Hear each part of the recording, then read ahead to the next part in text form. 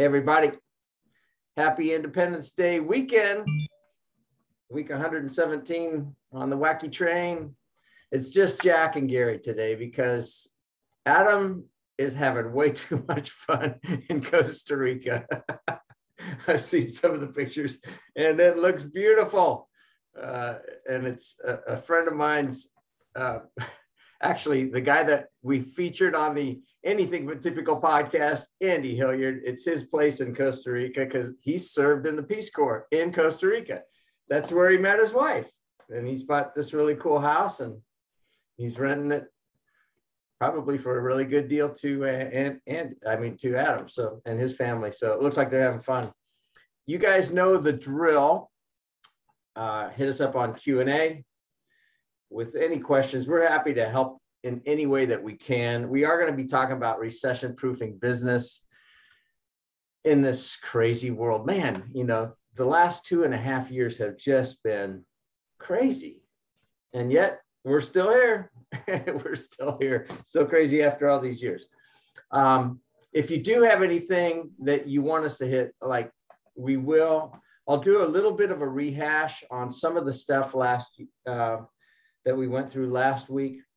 And here's the deal. If anybody was not on last week or anybody didn't get access to the vault so that they could see this, the recession-proof checklist, let us know. You can email me at gfrey@trustbgw.com. And it'll be tonight probably before I get back. I've got meetings all the rest of the afternoon. But we will get you access so that you can go visit our vault.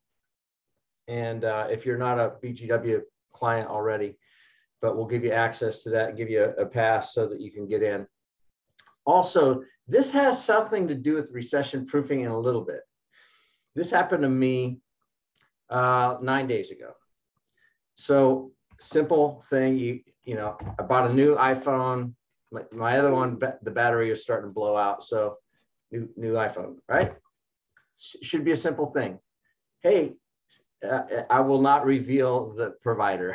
It's not about shaming them, but it should be a simple porting of a number. Hey, take my number, port it over to this phone from the old phone. I'll turn in the old phone and I'll be good. Did the same with my wife.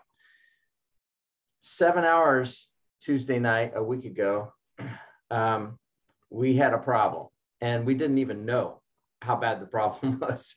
The rep did not know what they were doing. They added 2 lines to my account that I did not know about, and they released the line that I've had tied to this phone that I've had for 20 years. And it's a 216 area code because we moved to Cleveland, Ohio from Charlotte in 2002. And I'm like, well, hey, we're going to be in Cleveland. Might as well have a local number. Well, when we moved back 7 years ago, it's tied to everything. And beyond that, 2-factor authentication. I was locked out of all of our company systems, critical systems from my computer. I couldn't access remotely because of this issue. And needless to say, 17 plus hours on the phone with them, getting nowhere. Unempowered employees in this 90,000 plus employee company. And I'm not trying to bash them. And I've asked people, please don't crucify whoever it was that made this mistake. But it was a living hell to deal with this. I'm telling you, I had credit card refusals. Like I bought an American Airlines ticket. I'm on a board up in Ohio, have to fly up there. They're like, hey, book the flight. I booked the flight. 2 days later, I still don't have a receipt. They denied it because of 2-factor authentication. Crazy. And here's the way I got a resolution. I MacGyvered the CEO's email address. I tried 9 different email addresses all in the same 2, and one of them hit. And then I found his assistant. And I did the same. And I said, hey, by the way, CEO got this. Would you please make sure he sees this? Well, that day, yesterday, I had 3 people, 1 from the executive offices and then 2 from the field, various parts of the country, that were on it and fixed it. It should not take that. It should not take that. So here's the long and the short, as far as I'm concerned, with this story. 1, 2-factor authentication, it really works. You can't bust in. But what happens if your phone, if something like this happens? This is probably not the first time this has ever happened to somebody, but I wasn't a 15-year-old kid, missing my TikTok account. I actually had business, and I couldn't get anybody to return my call. And if they did, it went to a voicemail that I couldn't access. That was the other thing. Just one thing after another. But a couple things. One is I got to find a backup. Like, what do I do? Because credit cards, everything else tied to that. So I'm going to do some more checking, because this is really crazy. 2 is, if you are not empowering your people and your organization, and they are hamstrung and they cannot solve the problem, you got a problem in your company. And this is a 90,000 person company, and a lot of people hate them, but quite frankly, every mobile carrier stinks as far as I'm concerned. They all have problems. You get so big and you got issues. So training, and empowerment. And they're going to do a post-mortem on this thing from what they've told me. And I said, whatever you do, please don't crucify whoever made the mistake. It was an honest mistake, but man, if somebody can release your number into the ether. And here's the other thing. You got 30 days before another carrier can get it. So it's out there, but this one goes between carriers. And I think that added some complexity to it. So anyway, that is, whether recession's looming or not, that's a real vulnerability that I did not know about 9 days ago. Crazy. That's interesting. And that another vulnerability that we've had to fix, this was early on, several years ago, which is on the dual factor authentication is, so you're trying to do work on an airplane and you can get a Wi-Fi signal. But then you put in your password and then it's like, oh, we're going to send the verification to your email. Well, you can't get into your email without the verification. So it's a chicken and egg thing. So they fixed that by at some point giving us one of those little kind of a pager, I was going to say beeper, pager looking things. And then now there's an app on our phone, and the original app had to be connected to Wi-Fi. And you're like, okay, yeah, that isn't going to work. So now it rolls on its own. It's like a self-fulfilling thing that just rolls all the time in the background. And so it's things like that. But it got me thinking that, those people that where the authentication comes to somewhere where you may not have access to because you need to authenticate in order to get the access to, you may want to rethink about that. And I think many people don't think about it until they are right in the middle of it, like on an airplane at 30,000 feet in the air. Yeah, that's a good point. I mean, we use Duo Push tied to this phone, Thomson Reuters, and it has rolling every 60 seconds, new numbers tied to this phone, so it's like, and purchases that were tied to this phone with Apple Pay that didn't initially say denied, but then I find out, like, why didn't I get a receipt for this airfare and for an appliance that blew out in our house? And then I had to call those people. I mean, it's an interesting thing. I mean, you think about business disruption. A few years ago, we had, it wasn't with us, but it was another CPA firm that I know these guys, and we were doing a seminar together about 4 or 5 years ago, actually. They got hit with ransomware, and they got shut down for a week. What do you do? What do you do? I mean, this is like serious stuff. And I think I saw a headline yesterday that somebody had gotten phone numbers for NATO or something like that. It's just a brief headline. And I was on the phone with this cellular company, so I couldn't. I lost it. But I thought, is it even possible? Like, can somebody hijack your phone number? Probably. I probably. So anyway, I'm thinking I've got to go do some MacGyvering and do some deeper dive into some of the security folks out there, because this is like a crazy thing. I mean, and there are plenty of malicious people out there. This was a completely innocent thing. Somebody just made a really big mistake. But anyway, it's just interesting. And if you, here's a pro tip on hacking the CEO's email address. Find the CEO of the company, make sure that it's relevant and current, then go to Zoom Info. You can get their email address, you can buy it. And I chose not to buy it, but I saw first initial, 3 asterisks, and then I knew what their nomenclature for the company was, which is not what you would think it is. So then I knew his first name, and it could have been an abbreviated first name. So that was one option. Knew what his middle name and a middle initial was. That's another option. And then we hit. So just in case. I think you found your next job in case you get bored. It's like, okay, you're MacGyvering. You're a private investigator. Well, here's another random tip. The other day, driving around with my wife and driving her car, and I get out of the car and I'm like, okay, I'm waiting, and I start walking away, and so she follows up behind me. She comes, follows me, and I push the lock button on her key, and she's like, don't do that. I'm like, why? I need to lock the car. She's like, well, because people can take the codes. I'm like, that's myth. And then so she proved it to me that it's not myth. And what happens is, like a lot of cars, you have to push once for the driver, twice for all the other doors. So it's a matter of how many presses. So they'll kind of be around you. Like if it's someone who like they know your pattern of driving, they'll wait for you, and then they'll start recording this. And after a course of time, they will have that code. I'm like, okay, fine. Wow. Yeah. So I thought that was BS, but I guess, why not? It's a radio signal, right?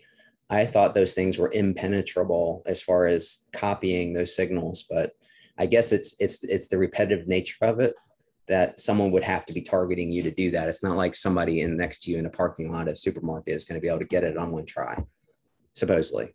So Cliff Clavin, Jack, Dad, fact. Yeah. And Papa Joe, listen, I don't know how to hack, and I wouldn't anyway. All I'm saying is this is free information out there. And I'm not protesting on the front lawn of the CEO. I just needed to get an email and say, I am desperate. Can you please help? That was it. And I wasn't. Now I did call David Redding, litigator, and like, dude, I am not a litigious person, but is there anything I should be doing? Like anything? And so hats off to David Redding. He called me and I go, dude, I think I got a hold of the CEO. Goes, even better. Threats, I guess, will get you so and so far, but that's just going to prolong it anymore. It's like, I needed access to my stinking phone so I could do timesheets and log important things that I needed to for my business. So enough about that. So Jack, do you have any other like tidbits from what's happening in this crazy world? There's been all kinds of crazy stuff happening. Anything? Yeah. So one thing of interest, and I didn't know this, but it sounds like that there's a rule that's going into effect on July 6th. So happy Independence Day. But so earlier this month, the SBA, they issued a final rule. So it's basically, I think we're all very familiar with final rules that maybe are not so final during the PPP process. But so they issued what they normally issue, which is the proclamation that so they're modifying the methodology for calculating the size of small businesses using an employee-based size standard, and authorizes businesses participating in business loan, disaster loan, surety bond, and small business investment company programs to choose whether to use a 3-year or a 5-year receipts average when determining eligibility. It becomes effective on July 6th. So basically, and specifically, it says increases the period for calculating employee-based size standards from 12 months to a 24-month trailing average and applies to all SBA small business and socioeconomic programs. So that is just a way of telling you that if you are going for an SBA loan and it's employee-based, that their employee and revenue-based, like all those factors, one of those significant factors is changing. They usually give you a little bit of runway to do that and to switch over, and sometimes even to choose. You remember the 8 and 24 weeks issue from a couple of years, it seems like a couple of years ago, several months ago, with PPP loan periods, is that this is July 6th. They're flipping a switch. And so that's happening. So if I don't know what that means for applicants or borrowers that are midstream in the process, that if you've locked in whatever you've locked in and now it's going to process normally, or if there's going to be a look back and you may have to provide additional information for those SBA loans that are in process and have not closed before July 6th. So that's pretty much it. I mean, I know we want to get back to talking about the core of what we've been talking about. Yeah, no, that's good. So I'm just curious from your standpoint, Jack, from a legal standpoint. We've talked a lot from an accounting standpoint and really just from a business numbers standpoint. What are the things that you should be doing? Make sure that you're buttoned up on a number of things, even from communication standpoints, but from your numbers. Is there anything from a legal perspective that you go, especially during recessionary times, these are the things that you should be being very watchful for and do? So I think maybe touching on 2 core areas. One is corporate discipline. And I don't mean bad behavior in the hallways. I mean documentation discipline. And a lot of times it just gets easy to keep going and going and going because you only have so many hours in the day. You're dealing with things that maybe you weren't dealing with before.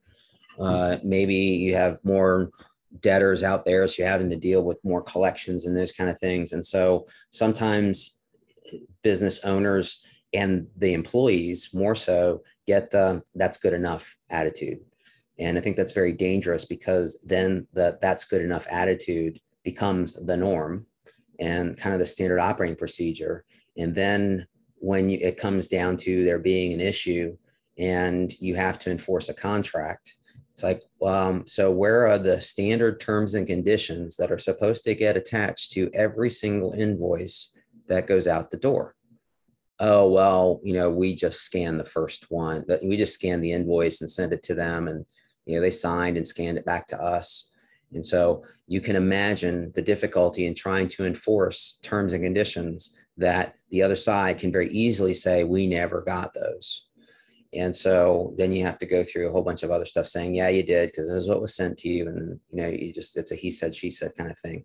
So there's that aspect of it, which is maintain the corporate discipline and on the front end. Then it goes to kind of the back end, which is storing information, having things in order. When you go through due diligence, it is a pleasure to see a well-organized entity documentation, whether it is them sending us folders in a zip file, or if it is access to something that they have that shows that, okay, when they say that these are the material contracts, or if we as sellers counsel have to provide what are the material contracts, it is painful to have someone have to go through boxes of stuff. And usually, I mean, as an associate many years ago, that was me doing that. I mean, I would say it's kind of cost prohibitive to even have an associate do that now. So it's usually someone that is, low person on the totem pole at that organization that's having to go through boxes and then exercise judgment as to whether something is material or not. So that's the other thing too, is that maybe something gets missed and it's not because, you don't have maybe someone that has not necessarily the legal acumen, but just the business acumen, even with guidelines. It's like, oh, okay, a contract that is worth $50 million or $50,000.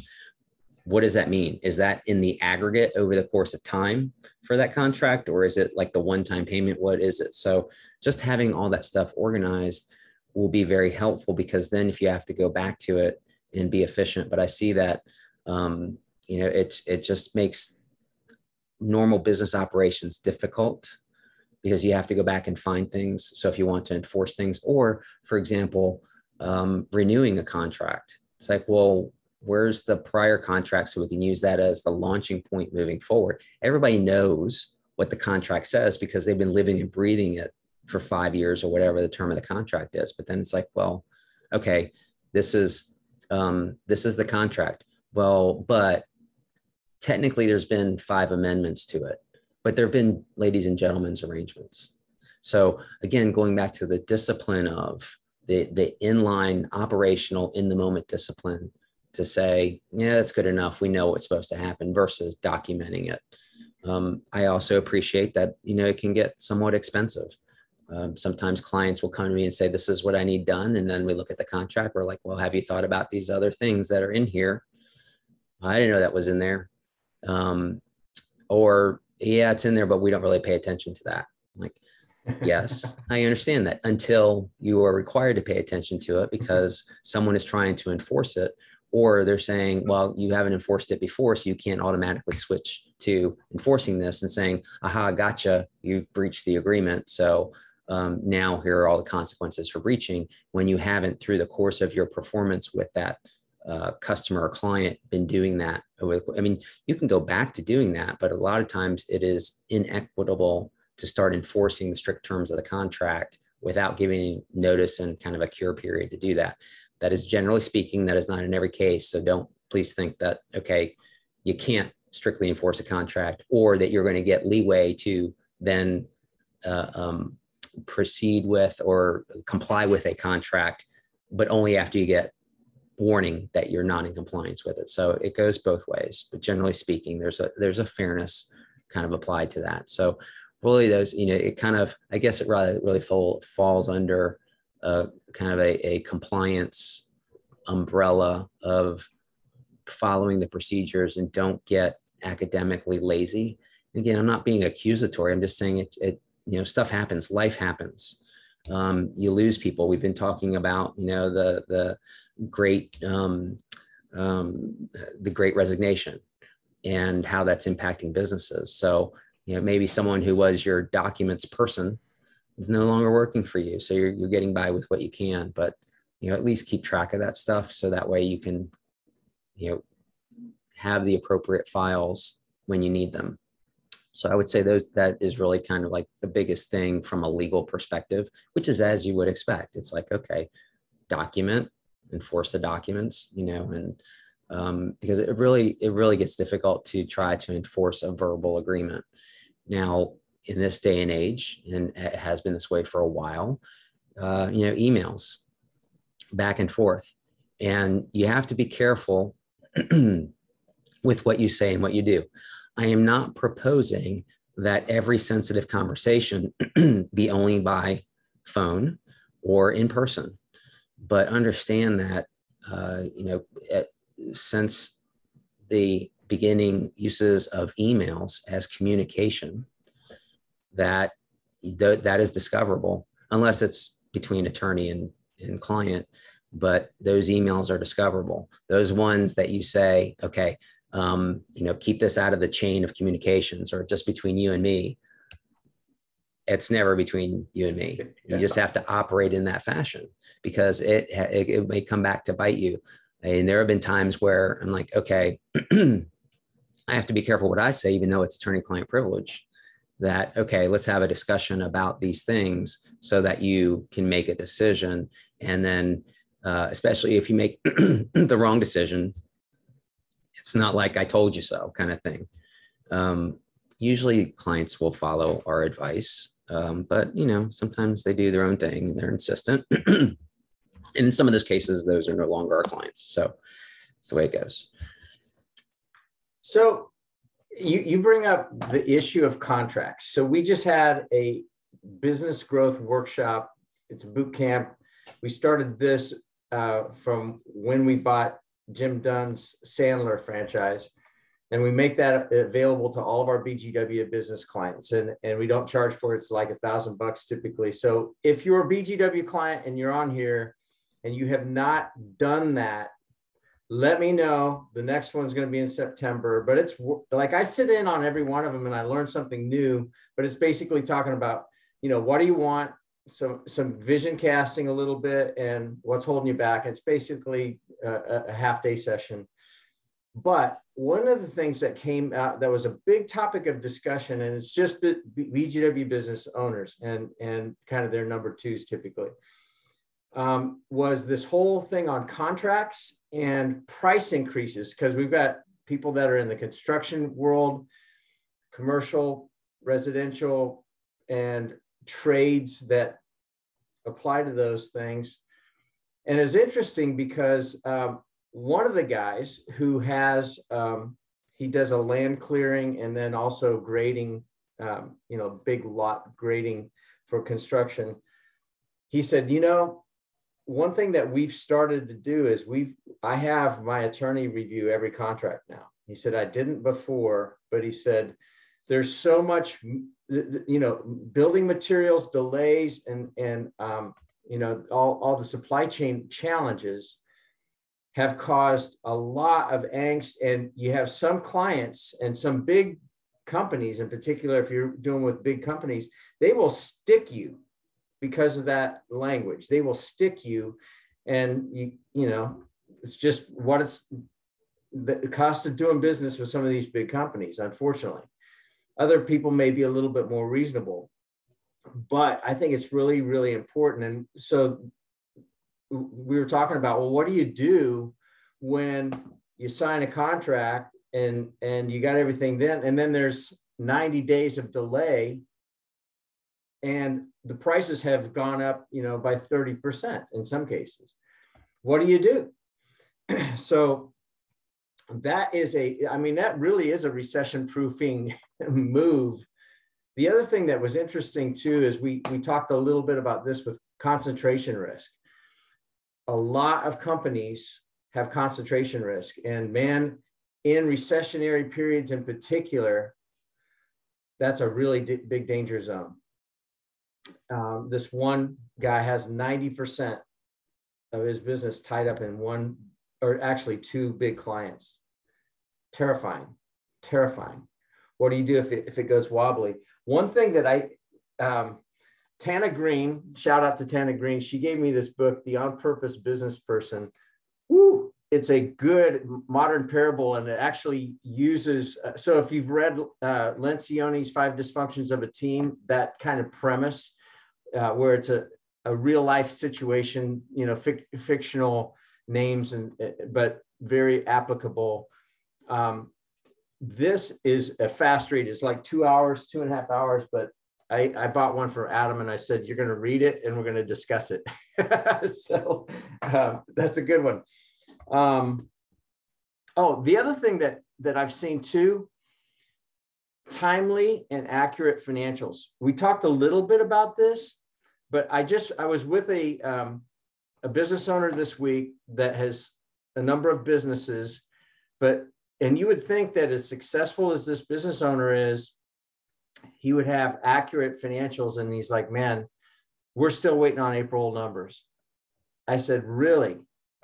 And he said, yeah. And I said, you're cruising down Highway 77 at 80 miles an hour, and you're not supposed to be going that fast, but you are. And the windshield's painted black. You can't see. All you got is a rearview mirror from back to April. That's terrifying. And so a lot of people don't want to know that, but it's like, it becomes even more important in rocky times to know exactly where you're at and have meaningful metrics, like meaningful dashboards. If you don't have that, find somebody to help you. And there are great fractional CFOs that can help you do that. If you've got a bookkeeping service, enlist that bookkeeping service. And if they can't do that and they can't turn it fast enough, find somebody different. So that's my plug on that thing. So another thing about documentation is, and I see this, is that the evolution of a document. So kind of the in and outs of going through legal counsel, which is we have a client that, we drafted a document for, or we revised it. And then, a couple of years go by, get the call, hey, we want you to take a look at our documents and make sure that they're still good. And so like, okay, so what I now do and have been doing for some time now is I take that document they send to me and redline it against the document that I sent to them in prior years. What happens in most cases is that, yeah, there's been some slight changes, but there's some substantive changes that may be purposeful and may be applicable moving forward and want to be kept into the document. But many times there's language that it was deal specific to a particular transaction. And then that document was changed and that became the new base document. That is why, for example, with my franchisor clients, that I strongly suggest to them that any changes are done via addendum or amendments. Addenda meaning at the time the franchise agreement is signed, so there's switches to the franchise agreement, or amendments after the fact, maybe months or years after the agreement has been signed, so that the original document is preserved in its original form, and you don't accidentally use that potentially negotiated form for a deal moving forward. It happens inevitably, like, oh my gosh, I cannot believe that is in that document. Who put that in there? Being somewhat maybe accusatory towards us, but I don't take it personally. And come to find out, no, it was someone that was negotiating on behalf of the client that put that in there because they agreed to it. And then that became the form because they, again, document discipline. You either make the form a read-only form, so it's impossible to save over, or you get in the habit of hitting save as every time you use that document. Now, I think it's safer to protect the document that forces you to do something differently, meaning to save it, but to each their own.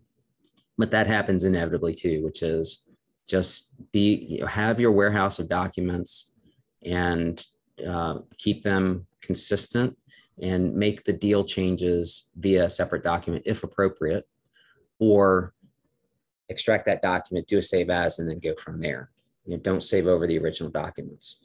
And it's easy to do if you haven't protected it and you just accidentally hit that save button.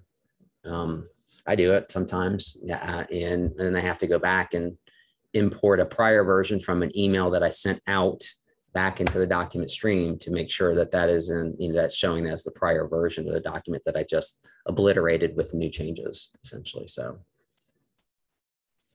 that makes sense. Something that Jim Dunn said Tuesday in this that I thought was really interesting. He said, in every recessionary cycle, that's when his business does better, which is sales training and that sort of thing. He said complacency basically, equals danger, because it's like, hey, stuff is just flowing over the transom. We don't have a sales problem. Everybody has a sales problem. Everybody needs to grow top line. You better have margins. That's really important. And those are some of the levers that a good CPA firm will help you with. But I thought that was interesting. And he said, that in tumultuous times, that's when opportunity really exists. And if you think about it in your own business, if you were able to pivot, the people that were able to pivot, this is kind of a general observation that I've seen since March 2020. Got to see it firsthand, up close and personal. I've been through more than one recession, obviously, but with this one in particular, with all the client base that we have, got to see a lot of patterns. And the ones that went well, even if their industries were really negatively impacted, the ones that went well, typically, and I'm not trying to sell outside coaching, but had an outside coach, or they had a framework where their team was communicated with and they were aligned and the team was collectively solving the problem, and they were proactive about it. They saw storm clouds on the horizon and they were moving. The ones that didn't and hoped for the best, oh, well, hopefully 2 weeks to flatten the curve, that'll be good. Whew, that didn't happen. Just didn't happen. And some of those people are no longer in business. And I've got a couple friends that is what happened. They just kind of head in the sand. Hopefully it'll pass.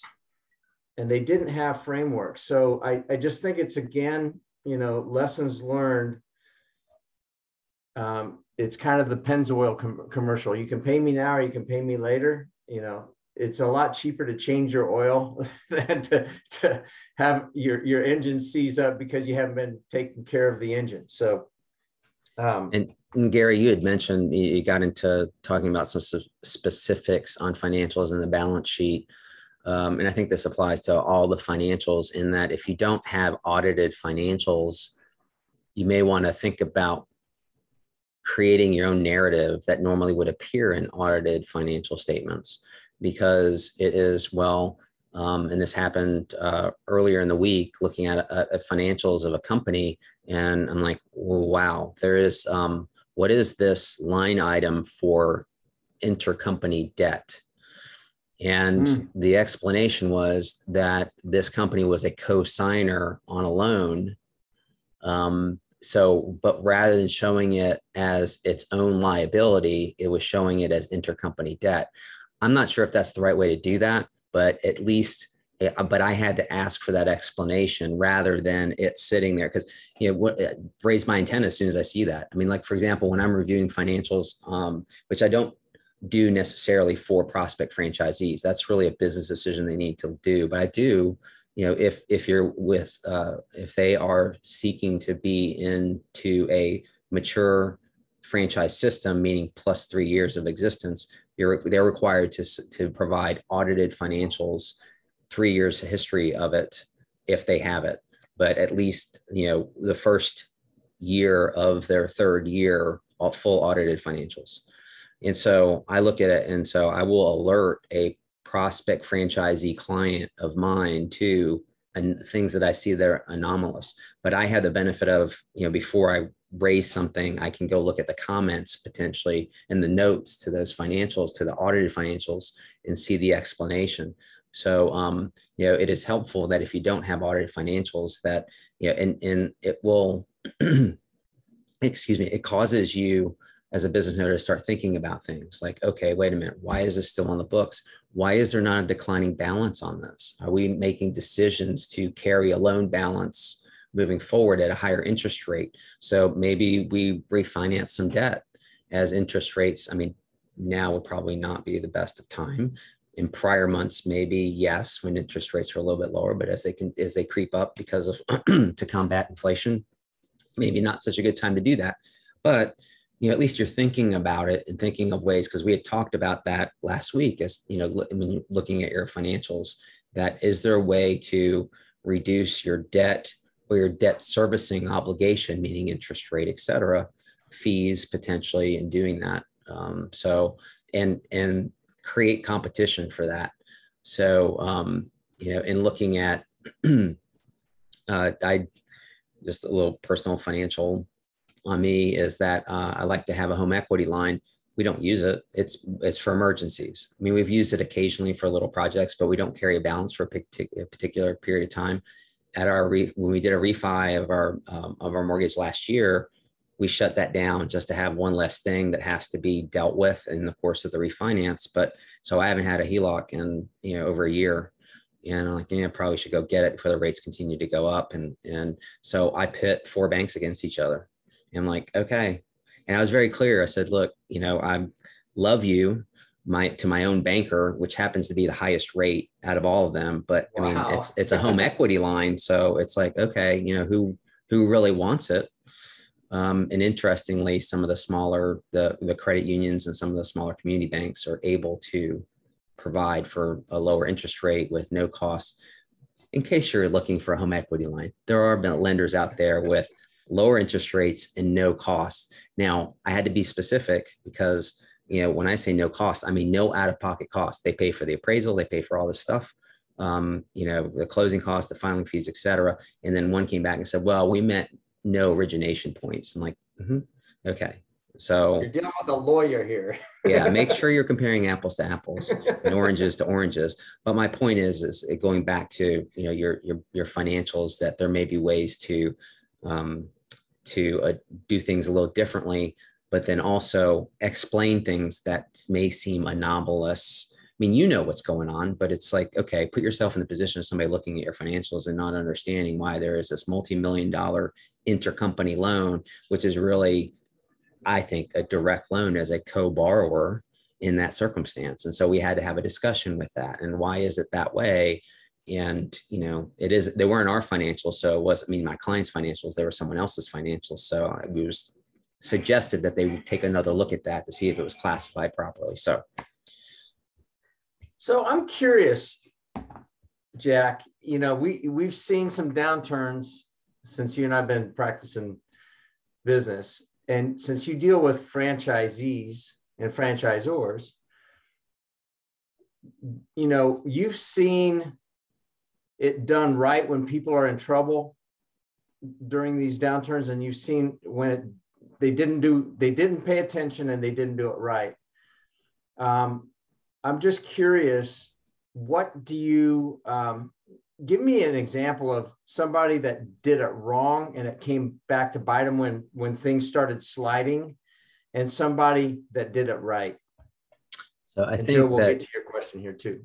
I think that I guess a really good example is a personal guarantee when you have to give one. And I tell clients and people, I think there are 4 scenarios where you have to give a personal guarantee. One is for a loan. Another is to a landlord. Another is to a franchisor. And the 4th is to your lawyers, who are not going to sign you up with your newly formed LLC.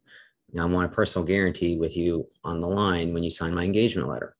And so even in those circumstances, I've never had anybody negotiate with me. I had some people say they were not going to sign the personal guarantee, and then we had to make a credit decision whether we want to do that or not. But I encourage my tenant clients, my franchisee clients, to try and negotiate that personal guarantee. In many cases, there's not a whole lot of leverage to do that. So you try to find creative ways to deal with that. And the reason why I bring this up is because I think there is a 2 misconceptions with respect to personal guarantees. The first is that they have to go after the borrower first, and then get a judgment, and then not get paid, and then come after the guarantor. Most guarantees are very direct, and you're principally liable as a guarantor on the debt, whether it's a lease, whether it's a loan, whether it's to the franchisor. The other misconception is that it only applies to what is owed at the time. So for example, let's say a franchisee hasn't paid royalties for 6 months. It's like, oh, that's all that's owed. So I have essentially a limited guarantee, which is not true. If you read the fine print, it is for anything that is due and payable by whoever you're guaranteeing the debt for example, the franchisee entity. And that could include attorney's fees. It could include interest. It could include acceleration of certain obligations like royalties and advertising fund fees. So, again, you try to limit that. And sometimes it is, well, if it's a 10-year term, after 5 years, whether or not we are good. And if we have been good stewards of paying back the money, then maybe there's a limited guarantee. And it is, for example, one instance, you get to the 5-year mark, and then from year 5 forward, if you've paid timely, meaning you've paid and there's been cure and there's no other breach of the agreement at the time of the end of that 5th year, going into your 6th year, it may be that you're only guaranteeing what is owed in year 6, and then it resets to year 7. So it's a rolling year average, sometimes even a rolling 12 months. So it's like, January, then February, then March, plus 12 months. So there are ways to limit that. I guess a third misunderstanding or misconception with respect to personal guarantees is when a let's say it is the wife that owns the business 100% is pledging her assets as collateral, and they say, oh yeah, we want your spouse to sign. Yeah, okay, fine, no big deal. Well, in certain states like North Carolina, it is a big deal, because if the original deed to you was done correctly, then it's intended, and you're married and you remain married, it's tenancy by the entireties, which is a fancy way of saying that you each have technically 1/2 interest in the property, but it's indivisible. So it is not that a creditor of one of the spouses can go and liquidate that entire house, get the equity out, pay the non-debtor spouse half, and then take the other half themselves to satisfy part of that judgment. Whereas you would be able to do that on other things, like, for example, a car, or even like potentially a second home. Now, you do have bankruptcy protections, but this is outside of bankruptcy, where you have a bank exercising on their collateral. And so they think that, well, that is protected because I was told when we signed that, oh, you have this marital protection. And so it's like, okay, I'll sign. But that is not the case. When a spouse signs a personal guarantee, any and all joint property, even tenancy by the entirety's property, is on the line for that debt. So I am very explicit with my franchisee prospect clients when I am told that it's only one spouse that's really getting in, is really the business operator, but they ask the other spouse to sign a personal guarantee. On the flip side of things, if I'm representing the franchisor or the landlord, you better believe I am strongly suggesting to my clients to get a spousal guarantee. I have no idea. My client, franchisor client, my landlord client has no idea. Well, I shouldn't say that. Landlords probably have a better idea because they're going to do some financial due diligence. Franchisors do some of it, but it's okay. You're taking their word for it on a personal financial statement sometimes, because a lot of times you're not submitting tax returns, personal tax returns, but sometimes you are.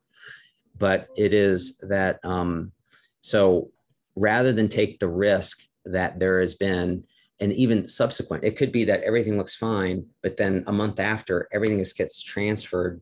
A lot of assets get transferred to the non-owner operator spouse.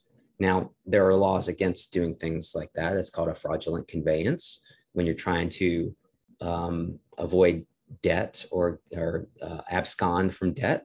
So it's not that you can readily do that. But, it's like, okay, well, let's, move some assets offshore. Let's do this, let's do that kind of thing. So we always want both spouses on the line if possible. Like anything else, we'll have people say, no, she does our business lives are separate from our personal lives, and we're going to keep it that way. And it's no deal. Sometimes you're on the other end, which is there's no deal unless they sign up or provide us with your financials. And then maybe the guarantee is secondary rather than primary. So I would say that is, so I kind of answered your question by doing both sides of it, which is the correct way to do it and the incorrect way to do it, with the caveat that you may not be able to do it the correct way. And the second caveat that the correct way depends on your perspective, whether you are the lender or the debtor in those various scenarios. That's awesome. So you mentioned something that kind of queued me up. And so I sent a text to Joe Saley. He's with Jay Galt. And there are a couple of companies out there that will help you build your business credit score so that you can get your name off personal guarantees. Well, a lot of times people don't realize, and they just keep getting stuck with these personal guarantees. Now, it doesn't help if you're buying a franchise and you just left corporate America, that doesn't help. But there are two companies, and if you are interested in this, there's nothing in it for me. I'm just telling you, Jay Galt is one and Credit Suite is another one. And Joe Saley knows that industry pretty doggone well. And he's been a business owner too, had Title IX boxing, et cetera.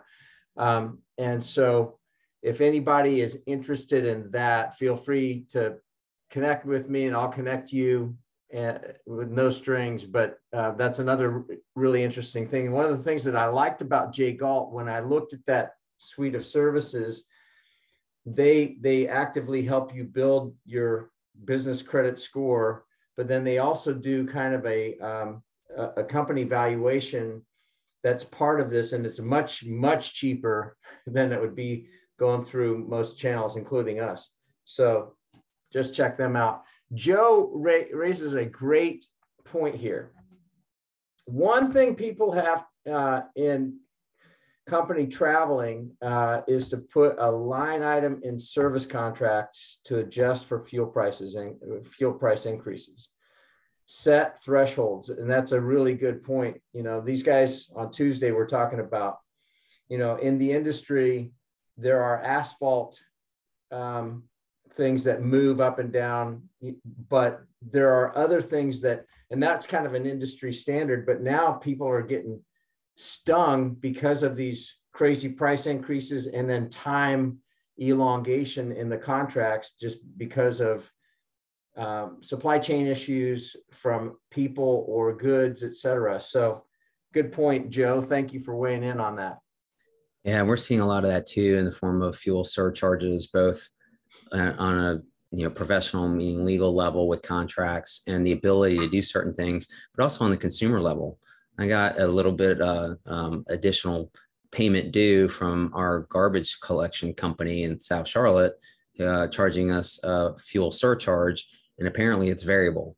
And they back charged it and then they forward charged it just in case. I'm like, but you don't know what the charge is. So you're basically taking my money and borrowing it incrementally. So then, so of course I have fundamental issues with paying something in advance and then allowing them to basically use my money because, multiply that. And I will also not disclose the name of that company because, they've been pretty good to us. So, but yeah, so that in the form of, and then, so reviewing contracts, I get the question all the time is like, what can we do? Are we permitted to modify the terms and conditions of our contracts?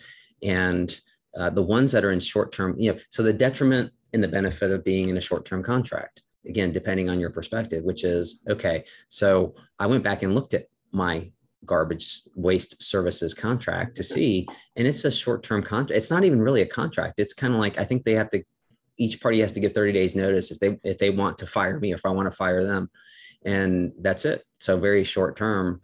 And so they're like, take it or leave it, and I was like, okay, well, obviously I'm going to take it because the other waste services companies are not so good in that area of town because we've tried them. But I mean, it's so, but yeah, fuel surcharges, other things. I've seen also and you pricing this as well in restaurants that there is, and it's been like this in various restaurants, but a tip line for your server and a tip line for the kitchen staff. Right. And so, some people are like, well, wait a minute. And it's funny because people don't know what to do with that. It's like, okay, do I pull some from the server's tip and give it to to the back, the people in the back, and I think that what happens is that they're supposed to share amongst themselves. Right. And so, but just little things like that and constantly getting asked, can I do this? Can I do that to offset this and that versus raising the price? That is to me a psychological thing where it is, okay, the promise from this waste company was that this is just a temporary measure and that eventually it'll go away when fuel prices come back down. You're like, okay, so basically it's a permanent thing, at least in the short term, medium term. But then others are like, well, let's just put it back into, let's just increase the costs. I mean, everybody knows that everything is increasing in cost. So you have an expectation that it's going to increase your utilities, your food and everything else. So why play these silly little reindeer games and put it in a separate line item? We're just going to increase it. And people are not really going to feel it necessarily individually. They'll feel it in the aggregate. It's like I had to, I have certain notifications on our credit cards, like for my kids and for ourselves. And, foreign transaction fees and stuff like that. And my phone was beeping all the time on things that, like, for grocery bills. And it's not set at a low number, but it was going over that number consistently. It was like, okay, wow. So let me reset it to higher so that I'm not bothered with it. Just knowing that, when one of us goes shopping, that it's going to be more expensive than it is for buying the same stuff we've always bought. So. Yeah, that's an interesting point. We've had more alerts. I think the credit card companies are, being even more mindful lately. And I've had I've had two, like I had a Father's Day gift reveal unintentionally because credit card calls is like, hey, did you make this purchase? I'm like, no, Jen, what's going on? And she's like, well, it was your birthday. Yeah, I mean, your Father's Day gift. And then, it's like, but we've gotten more of those, and it wasn't like, something crazy and extravagant, but I think they're being mindful and watching too. So I think, the takeaway from today is there are simple things that we can do, but just being lazy and complacent, now's not a good time for that. It's especially not. We got to be really sharp in case, we are in a recession or we're going into one, and who knows how long. It's time to just be diligent and vigilant. So, well, we're right up close to the top of the hour. So I hope everybody has a great and safe Independence Day weekend. Enjoy your families and stay hydrated. That's right. I've had this flag in my the cup that holds all my pens and pencils and highlighters, and it's fine. I mean, you can't see it, but it's like super faded. I've had it for, I don't know, maybe 15, 16 years. Someone gave it to me. I have the same thing. And this is the Costa Rica flag, which is funny that Adam's there, but this is Costa Rica flag because my oldest son lived in Costa Rica with an indigenous family. They only spoke Spanish. So he was there for a semester, and he was pretty fluent in Spanish, and he was extremely fluent when he got home. So anyway, happy Independence Day. Jack, thanks so much. It's always fun being with you. And everybody, thanks for joining us. If you came late, we'll put it up on the BGW CPA YouTube channel later on today. Thank you. Have a good one. See y'all. Bye-bye.